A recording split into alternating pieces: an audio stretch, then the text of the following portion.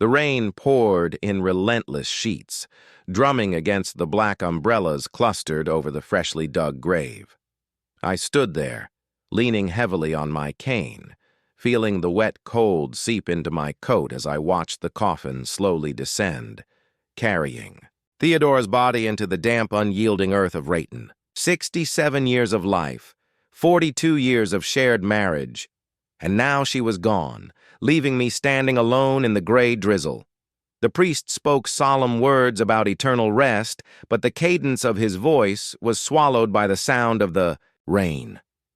My knuckles whitened around the handle of my cane as I gripped it with all the tension of years, feeling each joint stiffen with effort.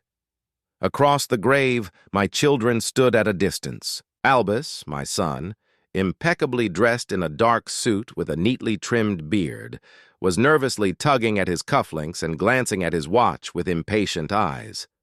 Beverly, my daughter, wore a black dress that looked far too fashionable for a funeral, more suited for a cocktail reception than her mother's farewell. She held her umbrella tightly, whispering into the ear of her husband, Norris. I tried to reconcile the scene with the memories of the children I had raised. Is this all? Is this the respect you show your mother? I thought bitterly, scanning their hurried gestures and impatient glances. My eyes drifted to the small group of friends and colleagues who had come to honor her.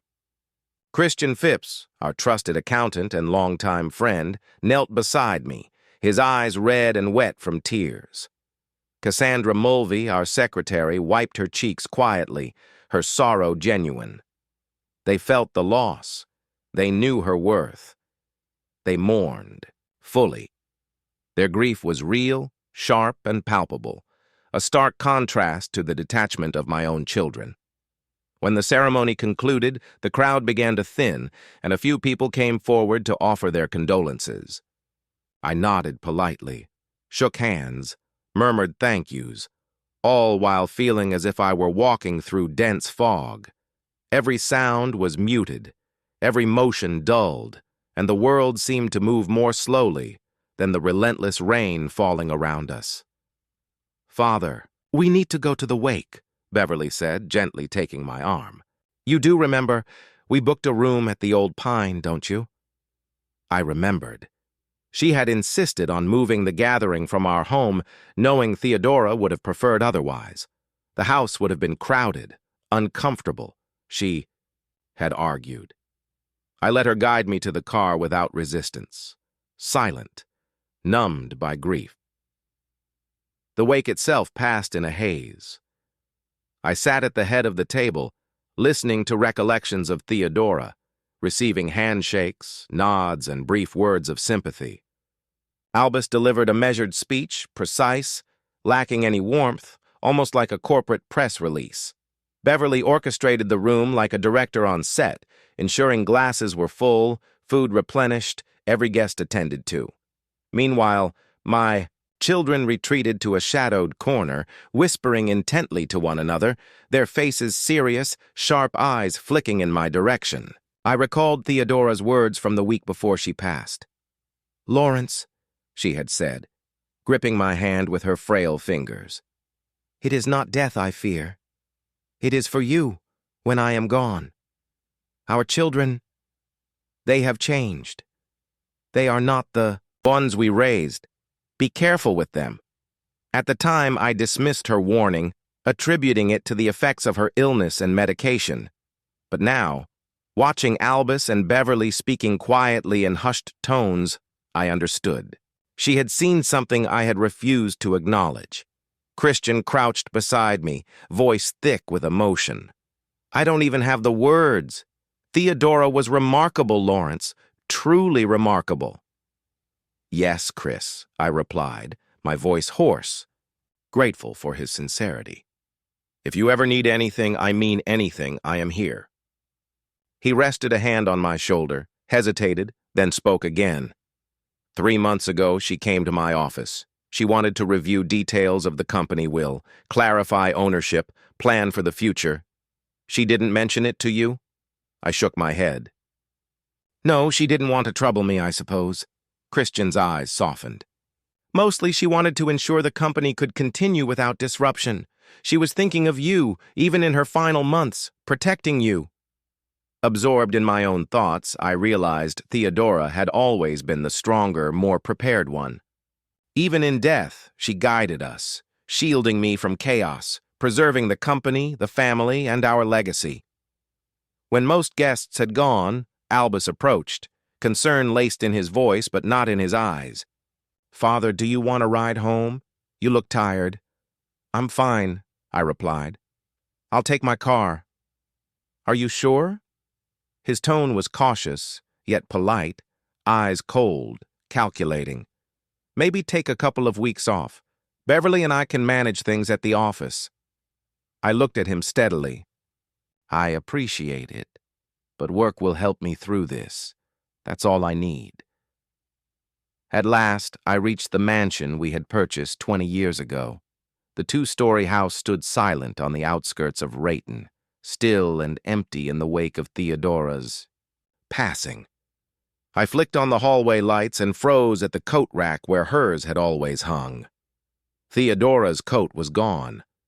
I made my way to the living room and poured a glass of whiskey, sitting heavily in my chair. Memories surged like a tide, carrying me back decades. 1982. Theodora and I, young, ambitious, opening our first tool store in downtown Rayton. 1984. Albus was born, with Theodora balancing motherhood and business effortlessly. 1987. Beverly arrived, and the store had expanded, ambition growing alongside our children. The 1990s were marked by rapid growth, new stores, new suppliers, and an expanding team. I recalled their early engagement in the business. Albus had helped during school breaks, eager to learn. Beverly preferred numbers, ledgers, optimization, and financial calculation. But something changed. Somewhere along the line, ambition and success had built walls between us. College degrees, independent ventures, aggressive business strategies, they replaced family closeness with competition and calculation. 5 years ago, Albus first voiced his desire for generational change at a family dinner celebrating our anniversary.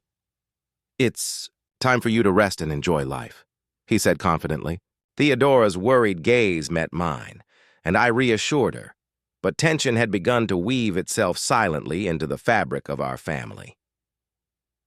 2 years ago, Theodora received her diagnosis. I remembered the oncologist's office, her gentle squeeze of my hand, her insistence that I shield the children from the full truth. They visited seldom, rushed, bringing expensive but hollow gifts, never truly present. And yet, in her final months, she had worked quietly to ensure the company and I would be protected after her death. I sipped my whiskey, eyes on the dimly lit room, lost in memory. The phone rang past midnight, startling me. "Yes?" I answered. "Lawrence." "It's Christian," came the worried voice. "I'm sorry to call so late, but I need to tell you something. After the wake today, Albus questioned me about company documents, signing authority. Seemed more like reconnaissance than casual. Concern." I straightened, steadying my voice. "And what did you tell him?" "Only what any employee would know," Christian said, quiet but firm. "But Lawrence, remember the discussion Theodora had with you about the documents? She asked me to give you something when the time came." "What is it?" I asked, my heart quickening. "The papers," Christian replied softly. "She said you'd understand." "Tomorrow?" "I'll be there at 10, I answered and hung up. I sat in the silence of the house, and for the first time in years, I faced the truth. My children had waited for Theodora to die so they could gain control of the company, and now that she was gone, they weren't going to wait much longer. I got up and walked over to the window. The rain was still falling, drumming on the glass. The reflection of an elderly man with a tired face stared back at me out of the darkness. A man who had just buried the love of his life and now realized he had to prepare for war with his own children. "You were right, Theodora," I thought. "You always saw through people better than I did." I made my decision. If Albus and Beverly want an inheritance war, they'll have it. But on my terms, I will protect what Theodora and I have created, no matter what it takes. Tomorrow, I'll stop by Christian's and find out what Theodora left for me. And then I'll start preparing for a battle my children don't even know about. The morning after the funeral greeted me with a headache. I woke up in the living room chair, where I'd fallen into a heavy sleep the night before. There was an unfinished bottle of whiskey on the table, not the best way to deal with grief, but the only way I'd found yesterday. I struggled to get up, feeling my knees aching. 67 is not an age when you can sleep in a chair with impunity. In the bathroom mirror reflected my drained face with red eyes and disheveled gray hair. I looked like a man who had lost everything. Perhaps that was the case. After a shower and 2 headache pills, I felt a little better enough to pack up and drive to Christian Phipps's office to find out what Theodora had left for me. Christian's office was in the same building as the Ritter Tulsa headquarters, a small 2-story structure in the business section of Ratan. We'd bought it 10 years ago when the company had grown enough to afford its own building. Christian was waiting for me. When I walked in, he got up from his desk and gave me a big hug. Not the kind of handshake that business partners shake, but the hug of an old friend. "How are you, Lawrence?" he asked, pulling back and looking me carefully in the eye. "How can a man who buried his wife yesterday be?" I replied, sinking into the chair across from his desk. Christian nodded and opened the safe in the corner of the office. A moment later, he placed a sealed envelope in front of me. "Theodora left this with me 2 months ago." He said, "She asked me to give it to you afterward. I took the envelope." Theodora's handwriting said, "To Lawrence when I am gone. I'll leave you to it." Christian walked tactfully out of the office, closing the door behind him. I stared at the envelope for a moment, hesitant to open it. Then I took a deep breath and broke the seal. Inside was a letter and a flash drive. I unfolded the piece of paper and saw my wife's neat handwriting. "My dear Lawrence, if you are reading this, it means I am no longer around. I'm sorry I couldn't stay longer. Know that every day with you was a gift to me. It's hard for me to write this, but I have to warn you. For the past 6 months, I've been noticing strange things. Albus and Beverly have been seeing Edwin Thorne a lot. You remember this lawyer? He helped Norris with his investment cases. I overheard part of their conversation once. They were discussing our will and the ownership structure of the company. On the flash drive, you'll find copies of all the important company documents, our personal wills, and a few other things that might come in handy. I've also made copies of our financial statements for the last 5 years. Lawrence, I know you've always believed in the best in people, especially our children, but I'm asking you to be careful. Protect what we've spent a lifetime building. I love you. Always have and always will. Yours, Theodora." I reread the letter twice, feeling a cold resolve growing inside. Then I plugged the flash drive into Christian's computer. I spent 2 hours studying the documents Theodora had collected. She was always meticulous about detail, and now that trait could save everything we'd created. I was particularly interested in the legal documents concerning the ownership of the company. It turned out that although Theodora and I were technically equal owners, there were certain conditions under which full control passed to the remaining spouse for a full year after the death of one of us. That gave me time.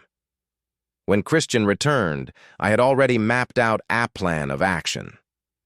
"Chris, I need your help," I said, "and complete confidentiality." He sat down across from me and nodded gravely. "Whatever you need, Lawrence." I told him my suspicions and what I planned to do. As I told him, his eyebrows rose higher and higher. "It's risky," he said when I was finished, "and maybe not quite legal." I finished for him. "I know. But the alternative is to let them ruin my and Theodore's life's work. I didn't work for 40 years without a day off to see my kids blow it all to smithereens." Christian rubbed his chin thoughtfully. "If you do everything neatly, technically, you're entitled to most of these actions as a majority shareholder. The question is how to formalize it. That's why I need your help." I said, "And one more thing. Do you know a good lawyer? Not from Rayan. And definitely not Edwin Thorne. There's a woman in Porterville. Christian nodded. Pamela Hughes.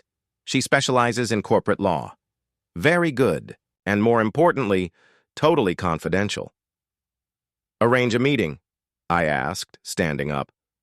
Now I have to get to the office.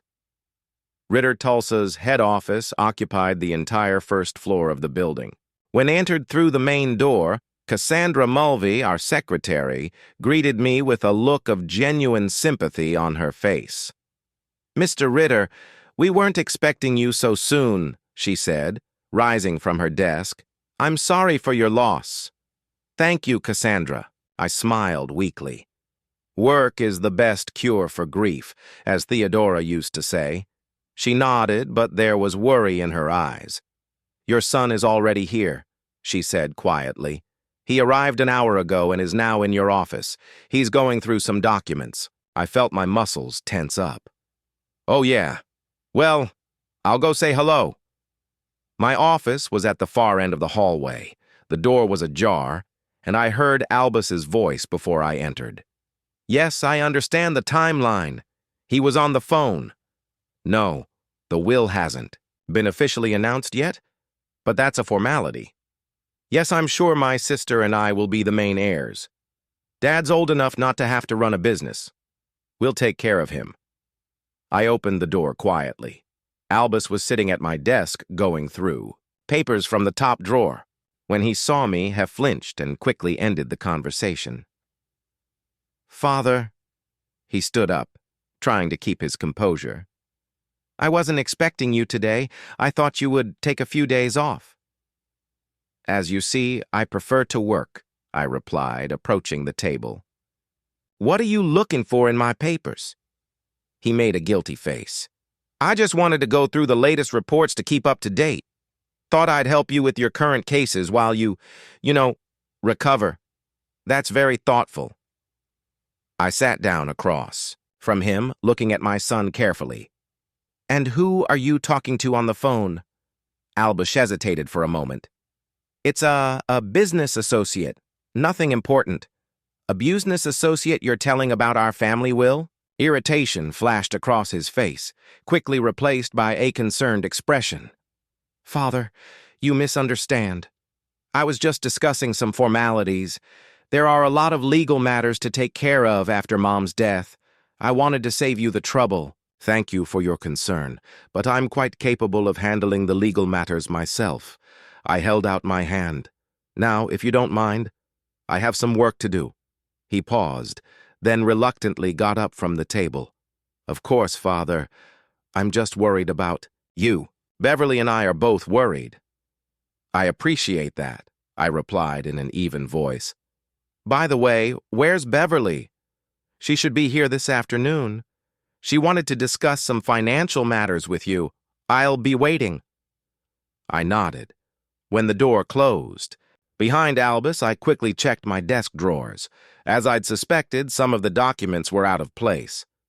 In particular, the folder containing the contracts of our key suppliers was clearly overlooked. I leaned back in my chair, contemplating the situation. They were acting faster than I had anticipated. We needed to accelerate our own plans. I spent the rest of the morning pretending to do my usual work while compiling a list of people I needed to speak to in confidence. Key employees, major customers, suppliers. They all needed to be prepared for the coming changes, but in a way that the information wouldn't reach my children before the time was up. After lunch, just as Albus had promised, Beverly showed up. She entered my office without knocking, dressed in an immaculate business suit, a folder of documents in her hands. Father. She leaned over and kissed me dryly on the cheek. How are you? Holding up? I'm doing okay, I answered briefly. Did you want to discuss financial matters? Beverly sat down across from me and opened the folder. Yes, there are a few things that need attention. I've been going over the latest reports, and I found some inefficiencies in the company's structure. She spent the next half hour talking about optimizing staff, restructuring debt, and bringing in outside investors. In essence, she was proposing To cut half the staff, sell off some of the assets, and raise venture capital, all the things Theodore and I had always opposed. I listened, nodding in all the right places. But inside, I could feel the anger rising. They hadn't even waited for Theodora's body to cool, and they were already planning to destroy what we'd spent decades building. "Those are interesting suggestions, Beverly," I said when she was done. "I'll consider them. But now is not the best time to make any sudden changes. The company is stable, profitable, and we have a good reputation in the region." "Stability is a good thing, Father," she pressed forward. "But the world is changing. If we don't adapt, we risk falling behind the competition." "Your mother and I have always believed in incremental change," I replied, "and that strategy has worked for the last 40 years. A look appeared on her face that I knew well, the same one she'd had at 15 when she thought her parents were woefully behind the curve. "Father, I realize it's hard for you to think about the future right now. That's why Albus and I are ready to take on more responsibility. You could step back, concentrate on yourself. We'll take care of the company. Thank you for the offer." I looked her straight in the eye. "But Ritter Tulsa is my life's work, and I'm not going to walk away from it." Beverly looked disappointed, but quickly pulled herself together. "Of course, Father. I was only suggesting it. Anyway, just think about my ideas." "Okay." After she left, I dialed Christian's number. "Any luck with Pamela Hughes?" "Yeah. She's expecting us tomorrow at 10, at her office in Porterville." "Oh, that's great. One more thing. I need a list of all our major assets, contracts, and client bases. And Chris, don't say a word to anyone." That evening, after the office emptied, I invited Vince McCoy, our sales manager, to a local bar, a none-remarkable place on the edge of town where we were unlikely to be recognized. Vince had been with us for 15 years and was one of our most loyal employees. He had come to the company as a young man with no experience, and Theodora and I had practically raised him as an expert. "Mr. Ritter." He shook my hand as we met at the entrance. "Again, my condolences." "Thank you, Vince. And please, just Lawrence tonight." We took a table in the far corner. After a couple minutes of generalities, I got down to business. "Vince, tell me honestly, how long do you plan to stay at Ritter Tulsa?" He looked surprised by the question. I hadn't thought about leaving, Mr. Lawrence. I like my job, and I'm grateful for all the opportunities you and Mrs. Ritter have given me." "What if the company changes?" I asked. "If new management comes in with new ideas, like, say, plans to downsize, to change the working conditions?" Vince frowned. "Are you planning to sell the company?" "No." I shook my head. "But things could change. My children have their own ideas about how a business should be run." He nodded understandingly. "I've heard some of their ideas. Frankly, they worry me, especially the talk of downsizing." "Me too." I leaned closer. "Vince, I have a suggestion. But before I make it, I need your word that this conversation will stay between us." "Of course," he said seriously. "You can trust me." "I'm planning to start a new company," I said quietly, "and I want you to join me. Take the best people in your department with you." His eyes widened in surprise. "A new company? But what about Ritter Tulsa?" "Ritter Tulsa may not be what it was under Theodore and me anytime soon," I answered. "I can't stop it, but I can create something new with people who share Theodora's and my values." Vince thought for a moment, then nodded. "I'm with you, Lawrence, and I think many of ours will be too. The team loved you and Mrs. Ritter. For many, this is more than just a job." "Good." I was relieved. "But we have to tread carefully. Don't tell anyone yet. I'll contact you when the time is right." Over the next few days, I held a series of similar meetings with department heads, with key specialists, with our major clients. I spoke in hints, never revealing the full picture, but making it clear that change was coming and that I would value their loyalty. In parallel with Christian and Pamela Hughes, we were developing a legal strategy. It was essential to operate within the law, but to exploit every possible loophole. We set up 2 shell companies through which we began to gradually remove Ritter Tulsa's assets. Not physical assets like buildings or equipment. They would have been noticed immediately.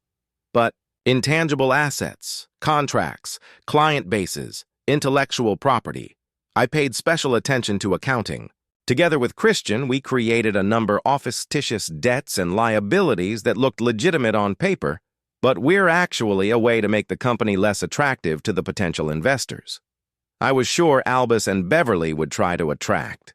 We had also entered into several long-term contracts with suppliers on unfavorable terms. Contracts that contained hidden clauses that would allow them to be renegotiated if the new company was formed. The kids, meanwhile, were getting more and more persistent. They showed up at the office almost daily, asking questions of the staff, examining documents. I pretended not to notice their activity, continuing my clandestine work. 2 weeks after Theodora's funeral, Pamela Hughes announced that the legal structure for the new company was ready. We named it T&L Instruments in honor of Theodora and me. All the necessary documents were prepared, accounts were opened, and trademarks were registered. That same evening, I met with Vince and the other key employees at the same bar on the outskirts of town. This time, I gave them more details of my plan. In a month, T&L Instruments will officially launch, I said. I want you all to tender your resignations from Ritter Tools on the same day I announce the new company. That will create a surprise effect. What about the customers? Vince asked.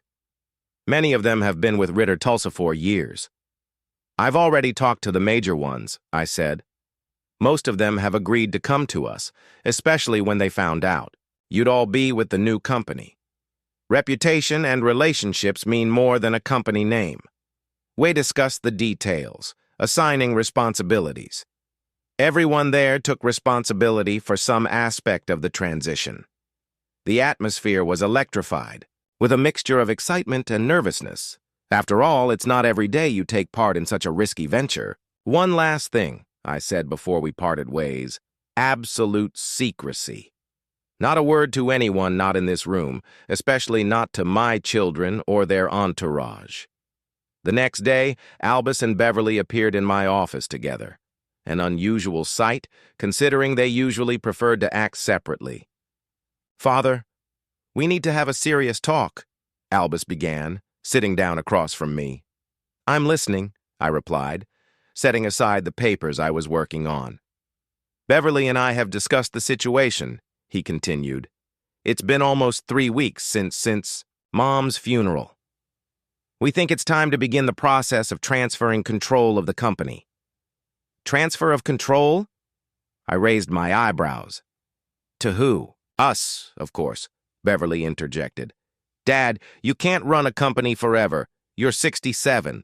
It's a hard job, especially now that you're alone. And you don't think I'm up to it? It's not that. Albus made a conciliatory gesture. We just want you to rest, to recover from loss. We'll take care of the day-to-day. You'll remain chairman of the board. You'll still make a profit, but you won't be burdened with the daily grind. I looked at them, feeling a mixture of bitterness and determination. They didn't even try to hide their true motives. To them, this was just business, not their parents' life's work. I appreciate your concern, Isaid finally. But I'm not ready to step away from the business yet. Maybe in a few months? Beverly cast a quick glance at Albus, who nodded faintly. Okay, Father, she said with a strange smile. We understand, but perhaps you could at least consider outside investors. We have some very interested partners who are willing to invest heavily in expanding the company. Investors? I acted surprised. Which ones? A group of venture capitalists from Chicago, Albus answered. They specialize in modernizing family businesses. They can offer good terms. I nodded slowly, pretending to think about it. Send me their contacts. I'll look into it. When they left, I contacted Pamela Hughes. We need to speed things up, I said. They're already talking to investors. It's almost done, she replied. Another week and we can launch T&L Instruments. Good, I thought for a moment. One more thing. Prepare the documents for the transfer of control of Ritter Tulsa. You think I'm going to need them soon. Over the next week, I finalized the arrangements. Assets were transferred. Key employees were ready for transition. Clients were alerted. The hardest part remained, the moment of revealing the cards. I knew Albus and Beverly wouldn't back down. They wanted the company and were willing to use any means necessary. Well, I had a surprise they wouldn't soon forget. Exactly 1 month after Theodora's funeral, everything was ready. T&L Instruments existed on paper with a rented office in Porterville, 30 kilometers from Raton. Key employees had prepared resignation letters and key clients had been alerted to the imminent change. All we had to do was wait for the right moment. I didn't think it would come so soon. It was a Friday night. I came home after a day of work feeling a strange mixture of fatigue and excitement. The last few weeks had been exhausting. Pretending. It was business as usual while secretly setting the stage for new company. The kids, meanwhile, were getting more and more insistent in their attempts to take control of Ritter Tulsa. I was just about to prepare dinner when the doorbell rang. When I opened it, I saw Albus, Beverly, and an unfamiliar middle-aged man in an austere suit. "Father," Albus began without greeting, "we need to talk." "This is Edwin Thorne, our lawyer." I stepped back silently, letting them into the house. Something in their faces, a mixture of determination and barely contained triumph, suggested Tome that the moment had arrived. "To what do I owe the visit?" I asked as we settled into the living room. Beverly and Albus sat across from me, Thorne in a chair, off to the side as if he wanted to watch us all at once. "Father," Beverly began in a business-like tone, "it's been a month since Mom's funeral. We've given you time to recover, but now we need to deal with the inheritance and the running of the company." "The inheritance issue?" I raised an eyebrow. Thought the will was clear. Theodora left her share of the company to me. Edwin Thorne cleared his throat and entered the conversation. "Mr. Ritter, technically that is true. However, there are certain circumstances that we would like to discuss." He opened a leather briefcase and pulled out several documents. "First, we have reason to believe that Mrs. Ritter was under significant medication during the last months of her life, which may have affected her decisions regarding the will." I felt anger boiling up inside, but I kept my composure. "Are you implying that my dying wife was incapacitated?" No, Thorne said hastily. "It's just that her condition may have affected her judgment." In addition, he pulled out another document. "We have evidence that your psychological state after her death was a matter of concern." "Evidence?" I looked at the children. "What kind of evidence?" Albus leaned forward. "Father, don't take it personally. We're worried about you. Your behavior lately has been erratic. You've been working overtime, holding secret meetings with your staff, avoiding us. Those are signs of instability." I couldn't contain my sarcasm. "There's more to it than that," Beverly interjected. "Mr. Phipps told us about the strange instructions you've been giving in accounting, and several clients have complained about your cryptic hints about impending changes in the company.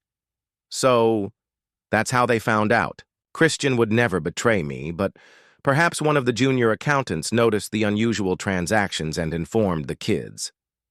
As for the clients, I was careful, but apparently not careful enough." "What's your point?" I asked bluntly, looking at Thorne. The lawyer put another document on the table. "Mr. Ritter, your children are deeply concerned about your condition and believe that after the tragic loss of your wife, you need time to recover. They suggest that you temporarily turn over management of the company to them while you recover. And if I refuse," Thorne exchanged glances with my children, then continued, "in that case, we will be forced to go to court to assess your capacity and appoint interim asset managers. The process could be unpleasant and public. Here it is. The threat I was expecting. They were willing to make me look like an incompetent old man just to get control of the company." "Father." Beverly tried to take my hand, but I pulled away. "We don't. Want to go to trial. It would be hard on all of us, especially you. Just sign the temporary transfer of control papers and we can move on. You'll stay on the board. You'll get a full share of the profits. And the house, Albus added abruptly, we think you should move into something more suitable for one person. This house is too big and full of memories of your mother.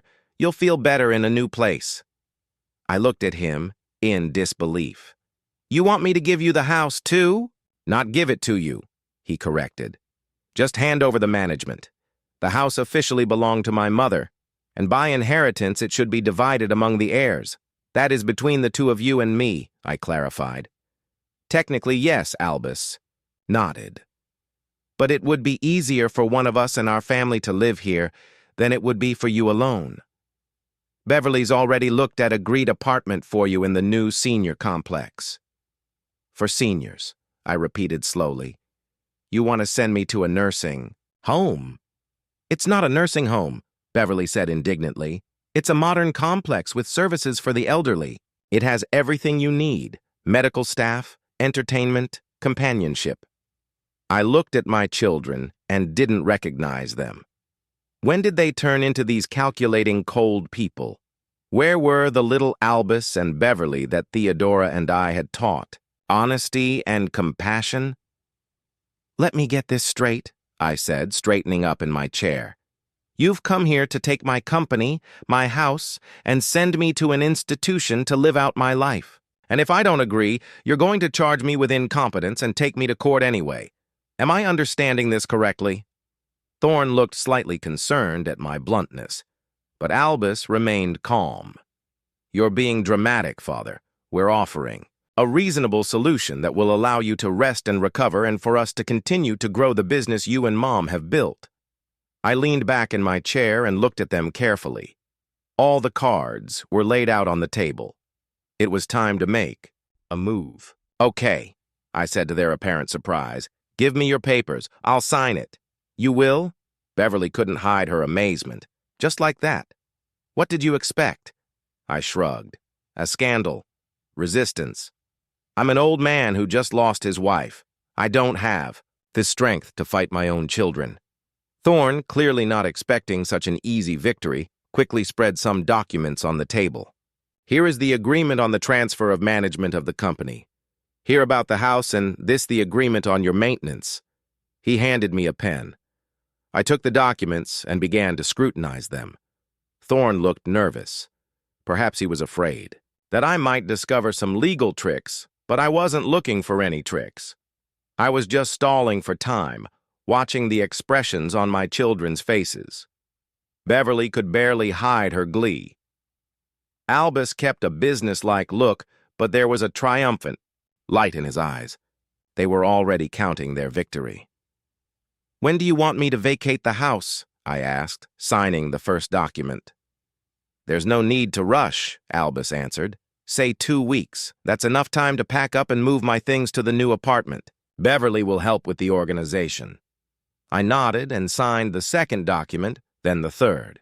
As for the company, Albus continued, already more relaxed. We'd like you to hand things over as soon as possible. We have meetings scheduled with investors next week. Investors. I looked up from the papers. You've already found buyers for the company, not buyers, Beverly corrected.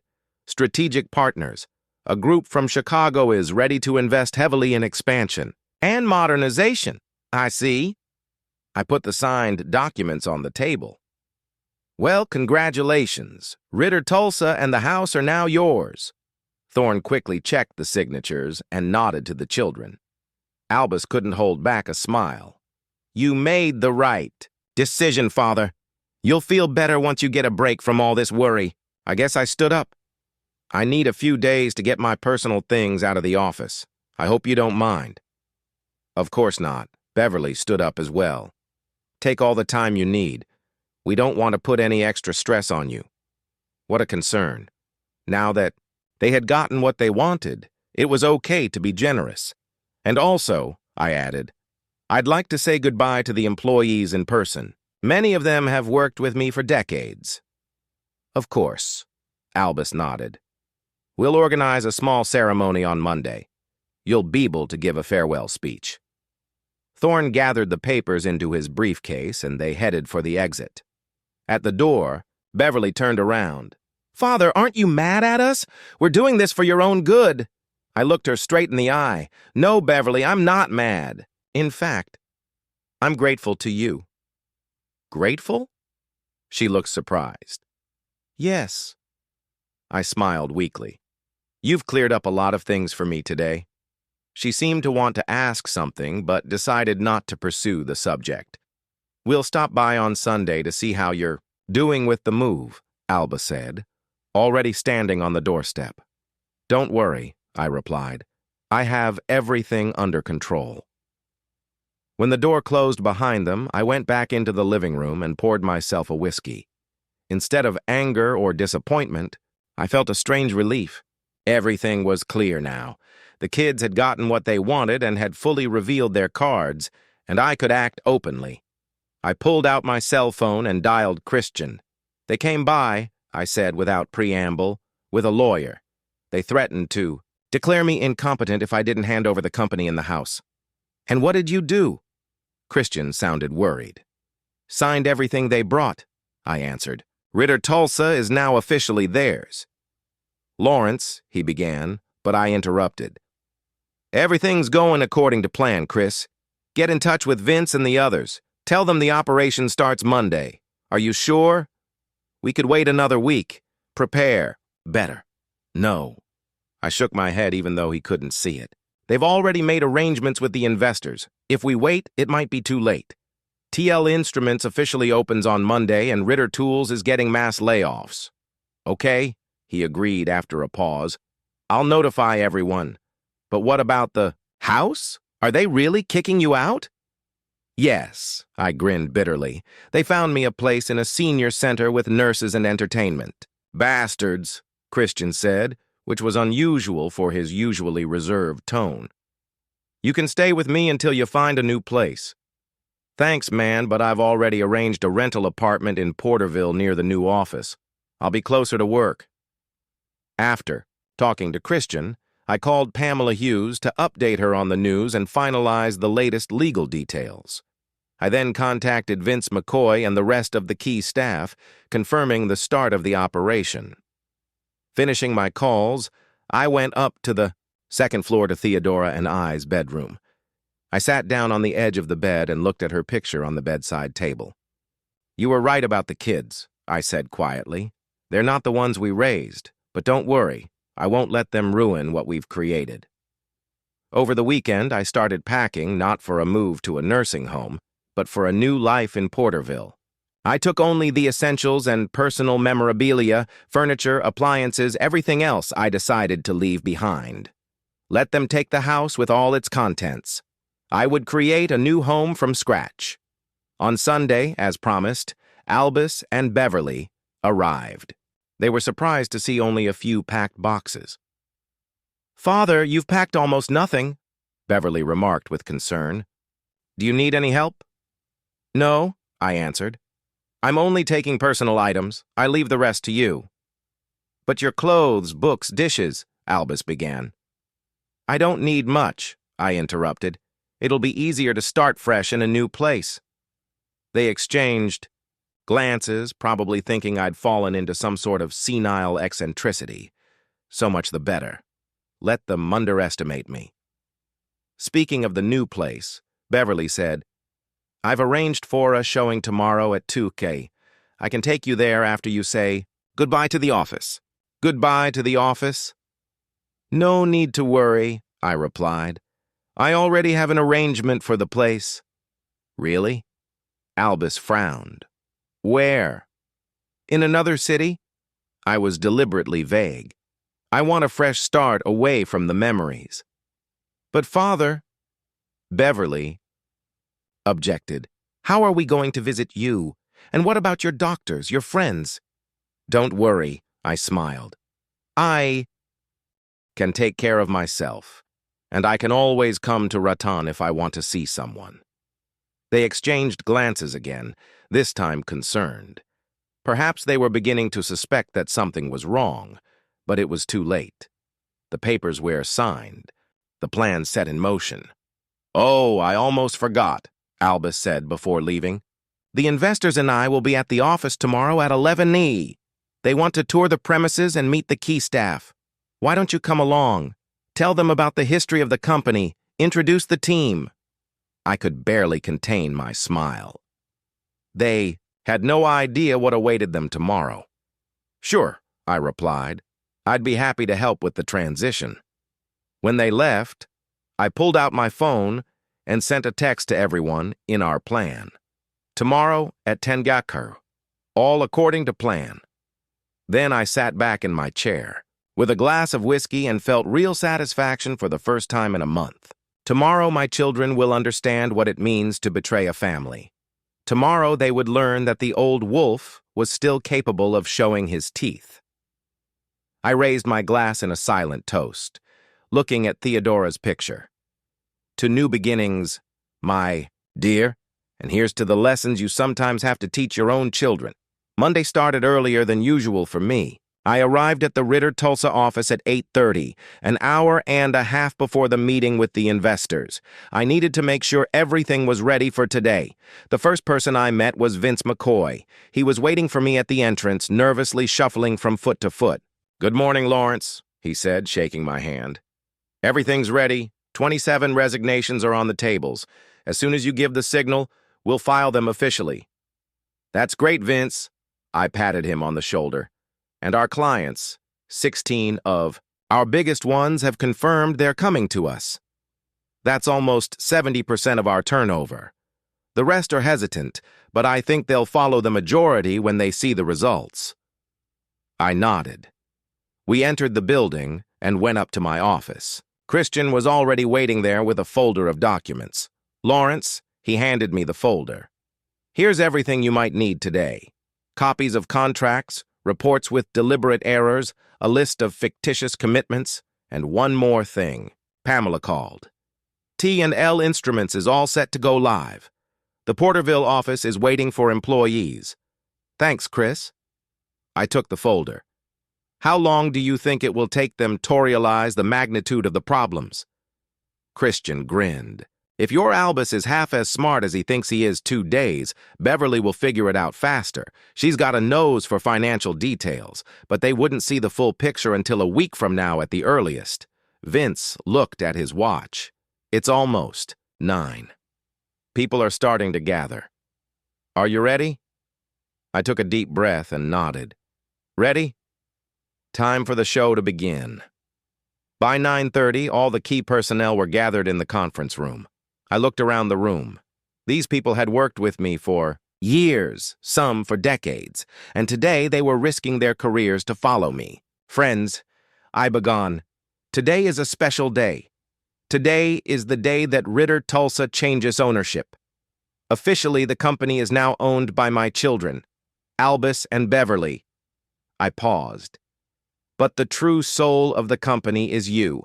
It is you who have made Ritter Tools what it has been all these years, and today I'm offering you a choice. Stay here with the new owners or join me in a new venture, T&L Instruments." A whisper ran through the room, even though most of those present already knew the plan. "I won't sugarcoat it," I continued. "It's a risk. We're starting from scratch, but we have the knowledge, the experience, and most importantly, the trust of our customers. Those who choose to join me, the resignations are in your desks. Submit them at 10 sharp when I begin my farewell speech to Albus Beverly and their investors." Cassandra Mulvey, our secretary, raised her hand. "What about those who didn't know about the plan until today?" "The decision is yours," I replied. "No pressure. Those who want to stay, stay. But be aware that the new owners are planning major changes, downsizing, retooling, maybe even selling some divisions." At 10 bar sharp, Albus and Beverly arrived at the office, accompanied by 3 men in expensive suits, obviously investors from Chicago. They looked confident and pleased with themselves as they entered the conference room where the staff had gathered. "Good morning, everyone," Albus began, standing at the head of Theodable. "As many of you already know, as of today, my sister and I are taking over the management of Ritter Tulsa. We are grateful to our father for all he has done in creating and growing this business, and we look forward to taking the company to new heights. Beverly stood beside him, smiling at the employees. The investors sat off to the side, looking around at the attendees appraisingly. Before we begin discussing the future of the company, Albus continued, I'd like to give my father the floor for a farewell speech. He gestured for me to come to the table. I rose slowly and walked over to him, feeling the stares of everyone present. Thank you, Albus, he began. 40 years ago, Theodore and I opened a small tool store in the center of Rayton. We had nothing but a dream and a willingness to work day and night. Over the years, Ritter Tools has grown into a company that I'm really proud of, but it's not about buildings or contracts or even profits. It's about the people. I looked around the room. It's about each and every one of you. At that moment, the conference room door opened and Cassandra walked in with a stack of papers in her hands. She walked over to Beverly and held out the papers. Her. What are these? Beverly asked, frowning. Dismissals, Miss Ritter, Cassandra replied in an official tone. 27 resignations from employees, including me. Beverly's face changed from bewilderment to dismay. She flipped through the papers quickly, then turned to Albus, who still didn't understand what was going on. 27 dismissals today, his voice trembled. But why? I spoke again, drawing everyone's attention. Because a new company, T&L Instruments, is starting up today, and these 27 employees have decided to join me. Albus stared at me, his face slowly turning red. What? You're starting a rival company? That's right, I nodded. And by the way, 16 of our biggest clients have already confirmed that they're switching to us. One of the investors rose from his seat. Mr. Ritter Jr., what's going on here? Albus looked completely lost, shifting his gaze from me to Beverly, who was frantically going through the applications. I don't know, he mumbled. Dad, you can't do this. It's sabotage. It's nothing like that. I shook my head. I'm just starting a new company. Every employee has the right to choose where to work. Every customer is free to decide who to do business with. Nothing illegal. Beverly suddenly turned pale as she looked over the list of people who were quitting. Vince McCoy, Christian Phipps, Cassandra Mulvey, Thomas Duran. Those are all our key employees. That's right, I confirmed. And they all chose to continue working with me rather than you. Amazing, isn't it? The investors began to talk amongst themselves, clearly concerned. One of them, the oldest, approached Albus. We need to talk now. They retreated to a corner of the hall where they began to discuss the situation heatedly. Beverly rushed over to them, leaving the statements undeadable. I turned to the staff. All those who have decided to join T&L Instruments, I expect to see you in an hour at the new office in Porterville. You know the address. Then I looked at the others, and for those who have decided to stay, good luck. You'll need it. With those words, I headed for the exit. As I passed Albus, Beverly, and the investors, Albus grabbed my arm. Father, you can't just leave. What are we going to do about the company? I released my hand and looked him in the eye. You wanted the company? You got it, with all the consequences. That same day, the T&L Instruments office in Porterville went into business. 27 former Ritter Tools employees were settling in, installing equipment, setting up systems. The atmosphere was electrifying, a mixture of excitement, uncertainty, and excitement. I walked around the office talking to everyone, thanking them for their trust and support. Many admitted that they had never seen me so animated and energetic. Perhaps they were right. I felt energized, as if I'd lifted a heavy weight off my shoulders.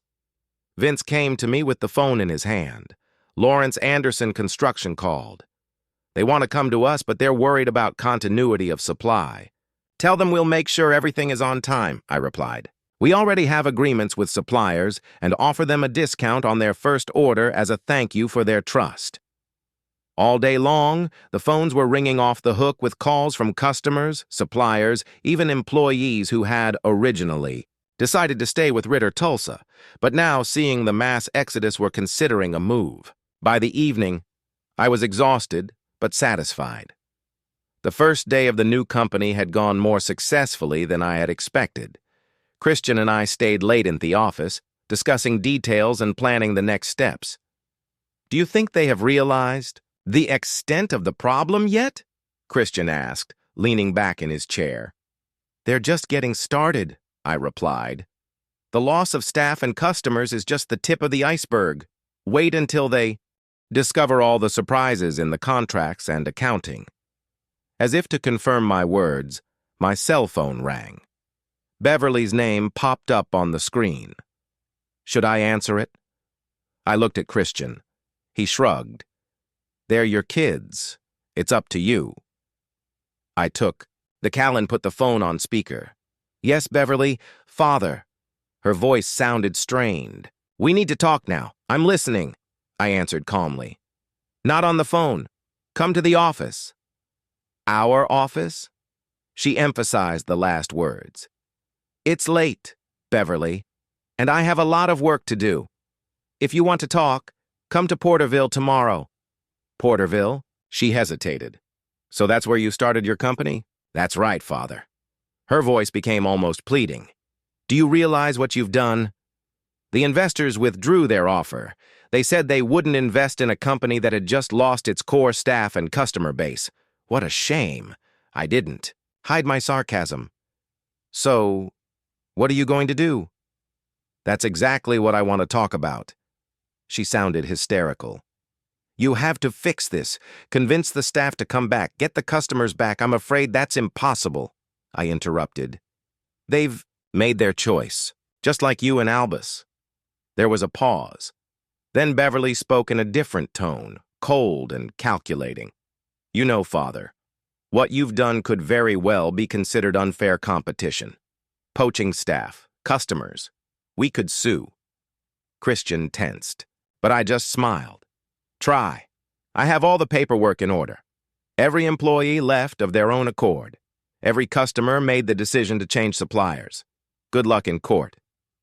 "What about accounting?" Her voice is even colder. "We found some strange discrepancies in the reports. Fictitious debts, questionable contracts. It's not just unfair competition anymore, Father. It could be considered fraud." Maybe I agreed. But who signed all these documents? Who's been the CEO of the company for the last 40 years? 2IA and if you decide to dig in that direction, all the dirt will come out on me. But you own the company now. You're responsible for everything that happens in it, including any irregularities that may be discovered. There was silence on the other end of the line. Then Beverly said quietly, but clearly, "You planned this whole thing from the beginning. You deliberately ruined the company before you handed it over to us." "Bravo, Beverly," I was pleased. "You've always been smart." "But why?" Her voice trembled. "Why destroy what you and Mom had spent a lifetime building?" "I didn't destroy anything," I countered. "I kept the essence of the company, people, customers, knowledge, traditions, just under a new name. And you and Albus got an empty shell. Exactly what you deserve." "We're your children," she exclaimed. "The children who abandoned me at my mother's funeral." My voice became harsh. The children who couldn't wait until her body was cold to start dividing the inheritance. The kids who threatened to declare me incompetent and send me to a nursing home if I didn't give them everything I had. Muffled sobs were heard on the other end of the line. I felt a prick of pity, but quickly suppressed it. "Listen, Beverly," I said more gently. "What's done is done. You still have a company. Maybe not as successful as it used to be, but with potential. Now it's up to you whether you can rebuild it or not." "We can't do it," she whispered. "Not without key personnel, not without customers, not with these debts." "Then learn to cope," I replied firmly. "Or sell what's left and start something of your own. Either way, it's not my problem anymore." I ended the call and looked at Christian. He shook his head. Tough. They deserved it, I replied, but I felt a strange emptiness inside. Revenge didn't bring the satisfaction I'd hoped for. The next few days were filled with work. T&L Instruments was rapidly gaining momentum. We rented a warehouse, signed new contracts with suppliers, and revamped our product line. Thanks to the reputation and relationships we had carried over from Ritter Tools, the company quickly got back on its feet. Meanwhile, the situation at Ritter Tulsa was becoming increasingly dire. Through confidants, I was getting information about what was going on there. Albus and Beverly were trying to save the company, but every day brought new problems. First, they discovered that many of the contracts with suppliers contained unfavorable terms that I had secretly negotiated in the final weeks before handing over control.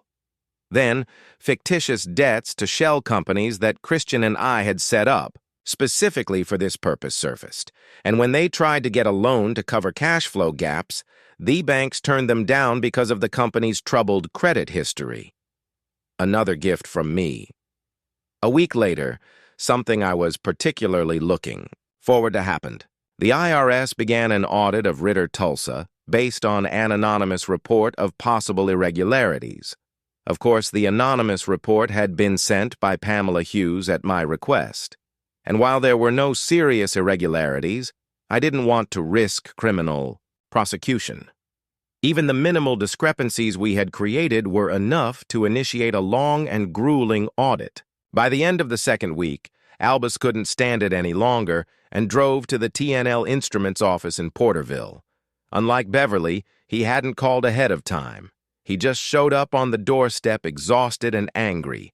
Cassandra ushered him into my office. When he came in, I deliberately continued working on my paperwork without raising my head.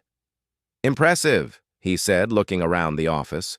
"Less than a month old, and you already have a full office, staff, and clients, all built. On the ruins of our family company." I finally looked up.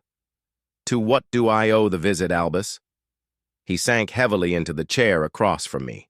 "The IRS found irregularities in the accounting. They're threatening a huge fine. Beverly's on the verge of a nervous breakdown. 3 major suppliers are being sued for breach of contract, and the bank has refused to restructure the loan." He was silent for a moment, then added quietly, "The company is dying, Father." "And you came to tell me this news?" I asked. "I came to ask why." Albus looked me straight in the eye. "Why did you destroy the company you created? The company that bears your name?" I leaned back in my chair. "And why did you and your sister try to take away everything I had? My company, my home, even my dignity. You threatened to have me declared incompetent. Albus, send me to a nursing home. You didn't even wait for your mother's body to cool. We just wanted to," he started, but interrupted. "You wanted the company without earning it. You thought you were entitled to everything Theodora and I had built up through decades of hard work. Well, you got what you wanted. The company is yours. Run it as you see fit." Albus sat with his head down. "We can't do it. You know that. Then sell it." I shrugged. "Sure, you'll get a pittance now compared to what the company was worth a month ago, but it's better than bankruptcy." "And if we sell, then what?" he asked quietly. "Then you'll finally face real life," I answered. "You'll get a job or start your own business from scratch like your mother and I once did. Either way, it will be a rewarding experience." Albus stood up. "You know, Father, I never thought you were capable of such a cold, calculated revenge, and I never thought my children were capable of such treachery." I parried. I guess we didn't know each other very well. When he left, I sat staring out the window at the streets of Porterville for a long time. In my mind, I went back 40 years to when Theodore and I had just opened our first store. How we dreamed that one day our children would carry on our business, preserve, and grow what we had created. How things turned out differently. But despite the bitterness, I felt a sense of fulfillment. T&L Instruments was thriving. The team was cohesive and motivated. The customers were happy. We had kept the best of Ritter Tools, leaving the empty. Shell to those who didn't appreciate its essence. My revenge is complete. But along with the triumph came the realization that war with my own children had not brought me true happiness, only the satisfaction of justice restored. And perhaps that was all I could hope for. It's been exactly 1 year since I buried Theodora, a year that changed everything. Today, on the anniversary of her death, I decided to take the day off and spend the day alone with my memories. T&L Instruments was thriving. In 12 months, we had not only restored Ritter Tools to its former position, but surpassed it. We opened 3 new stores, expanded our assortment, and launched online sales. Our customer base grew by 30%, and our profits almost doubled. I rented a small but cozy house on the outskirts of Porterville. It was nothing fancy, but it sufficed. Unlike the Ratton Mansion, there were no ghosts of the past here, only the present. In the morning, I went to the cemetery in Raton. For the first time in a long time, I was going to the town where I had lived most of my life. On the way, I couldn't help but notice how the signs on the former Ritter Tulsa stores had changed. It now bore the name Prime Hardware, a chain from a neighboring state that I'd heard had bought the rest of the company from my children for next to nothing. The cemetery greeted me with peace and quiet. I walked the familiar path to Theodora's grave, carrying a bouquet of her favorite white leaves. The tombstone was well cared for. I paid for regular maintenance, though I didn't come myself.